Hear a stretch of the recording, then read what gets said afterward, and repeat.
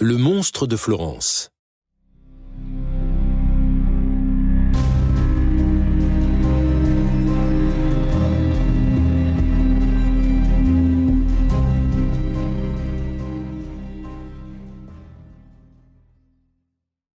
Le mystère du monstre de Florence a commencé en août 1968 par un double meurtre. On a découvert 2 cadavres. Celui de Barbara Locci, une jeune femme mariée de 32 ans, originaire de Lastra a Signa, une petite ville de Toscane, et celui de son amant, Antonio Lobianco. Bien qu'elle soit mariée et mère d'un enfant, Barbara était connue dans les environs pour être une femme peu farouche. On l'a surnommée la reine des abeilles pour son désir de plaire et d'être entourée d'une nuée de jeunes hommes. Le soir du 21 août 1968, Barbara, son jeune fils et le bel Antonio rentraient chez eux après une séance de cinéma. Lorsqu'Antonio a suggéré de faire un arrêt nocturne et discret le long d'un cimetière pour avoir un rapport sexuel rapide. Comme son fils était endormi à l'arrière de la voiture, Barbara a été d'accord sans la moindre hésitation. Leur plaisir était de profiter de chaque occasion de s'amuser. Alors qu'Antonio commençait à déshabiller Barbara, une silhouette sombre s'est détachée de la nuit noire et a fait feu à 2 reprises, les tuant tous les 2. Après le meurtre, le tueur a sorti le fils de Barbara du véhicule et l'a emmené. Plus tard dans la nuit, un fermier des environs a été réveillé par des coups sur sa porte. Quand l'homme a ouvert la porte de sa ferme, en pleine nuit, quelle n'a pas été sa surprise de se trouver face à face avec un enfant en pleurs. « Ma mère et mon oncle sont morts !» Voilà les seuls mots que l'enfant a réussi à prononcer entre 2 sanglots. Apparemment, le tueur ne voulait aucun mal au jeune garçon, et il l'avait déposé devant cette ferme quelques minutes auparavant. Le fermier appela immédiatement la police. Alors que les enquêteurs se rendaient au cimetière sur la scène du crime, ils découvrirent 8 douilles de calibre 22 long rifle à proximité de la voiture des victimes. La voiture était une Alfa Romeo Giulietta, blanche, immatriculée dans la province d'Arezzo. Un contrôle auprès du service des immatriculations permit d'apprendre que la voiture appartenait à un homme du nom d'Antonio Lobianco. Les enquêteurs étaient perplexes. Qui avait bien pu commettre un crime aussi brutal et haineux? Une femme et un jeune homme abattus de sang-froid. Et surtout, pourquoi? Stefano Mele.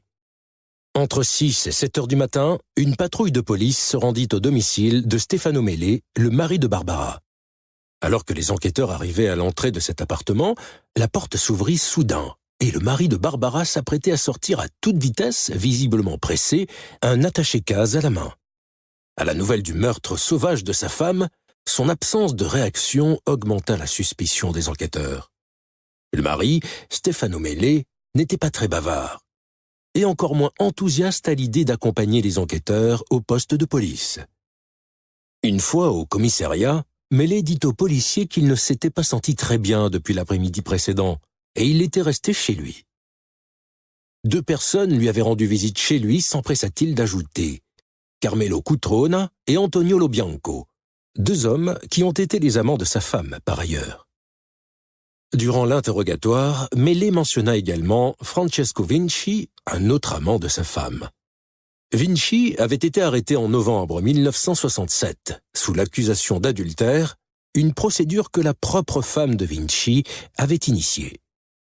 Dès que Vinci était sorti de prison, il recommença sa relation avec sa maîtresse Barbara.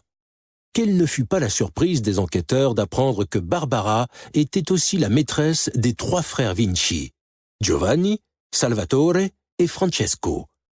Les policiers décidèrent d'enquêter sur les déclarations de Stefano Mele et lui demandèrent de revenir au commissariat le lendemain. Salvatore Vinci.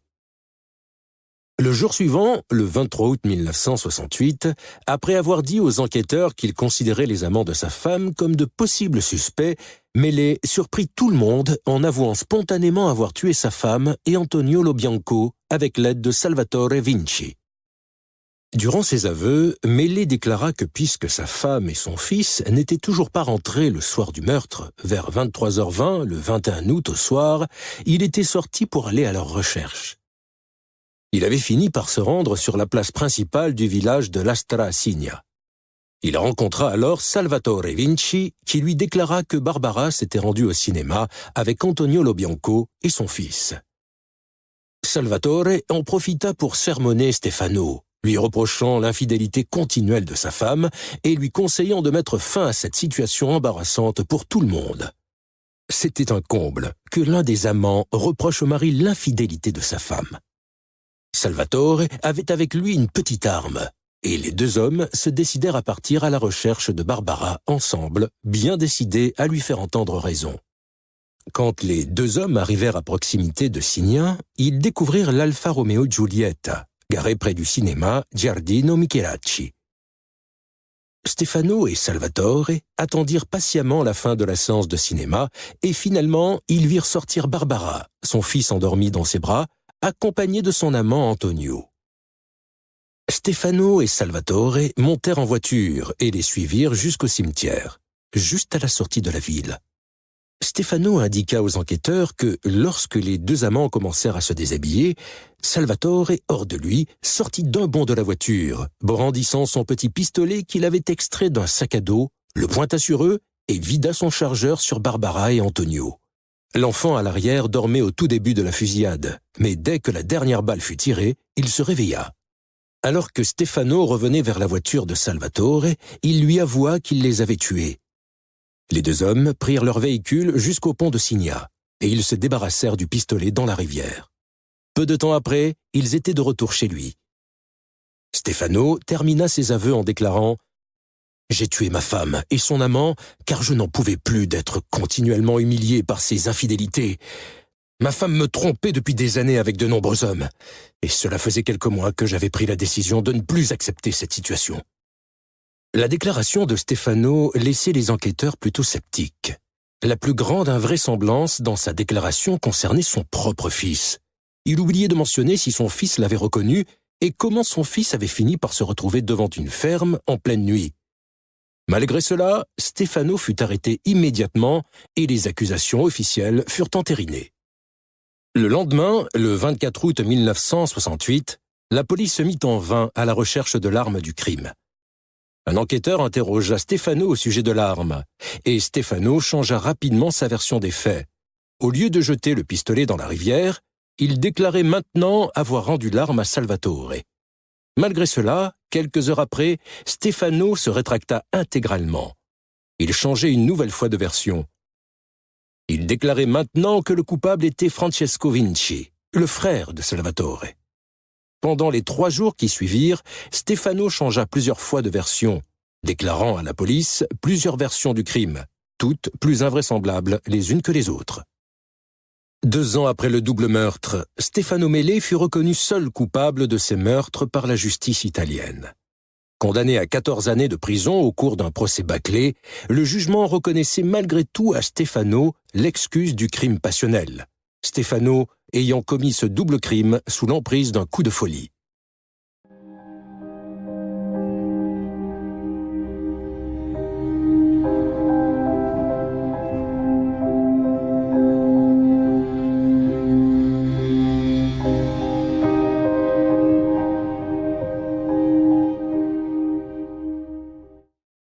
Folie et mutilation.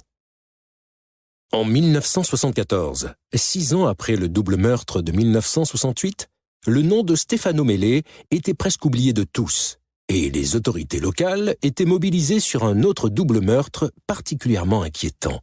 Le 14 septembre 1974, les policiers étaient appelés de toute urgence à Borgo San Lorenzo, un lieu situé au nord de la ville de Florence. Un promeneur venait de découvrir les corps de Stefania Pettini, 18 ans, et de Pasquale Gentilcore, 19 ans, dans une voiture garée sur un chemin. Dès leur arrivée sur place, les enquêteurs découvrirent le corps à moitié nu d'un jeune homme, assis à la place du conducteur dans une Fiat 127. On apprendra très vite que cette voiture appartenait au père du jeune homme. Il avait manifestement été criblé de balles et était décédé des suites de ses blessures. Il n'y avait pas de signe de lutte et les douilles de carabine jonchaient la scène de crime. À l'arrière du véhicule, les enquêteurs découvrirent le corps complètement nu d'une jeune femme étendue sur le sol. Le tueur avait réalisé une mise en scène obscène avec le corps de la jeune fille. Elle était nue, ses bras et ses jambes complètement écartés, et un pied de vigne était planté dans son vagin mutilé. À première vue, il semblait qu'elle avait été poignardée à mort. Dans un champ à proximité, les enquêteurs découvrirent le sac à main de la jeune femme, son contenu éparpillé à même le sol.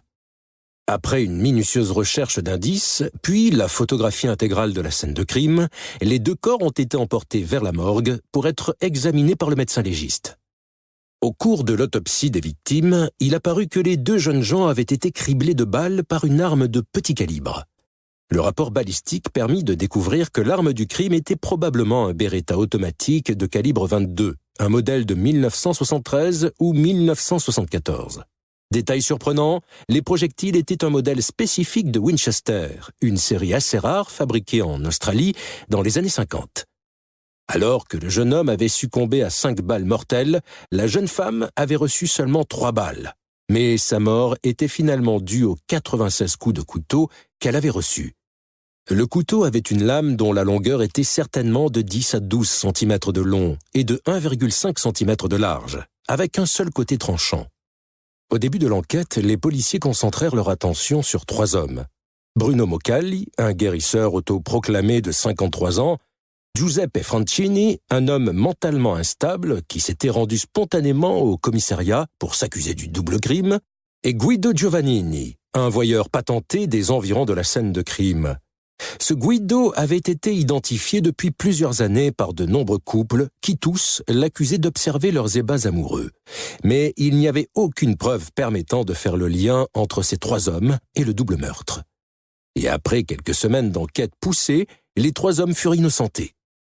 Et les enquêteurs conclurent que le meurtrier était un maniaque et un déviant sexuel. Avec aucune piste sérieuse, aucune piste à suivre, l'affaire arriva rapidement au point mort.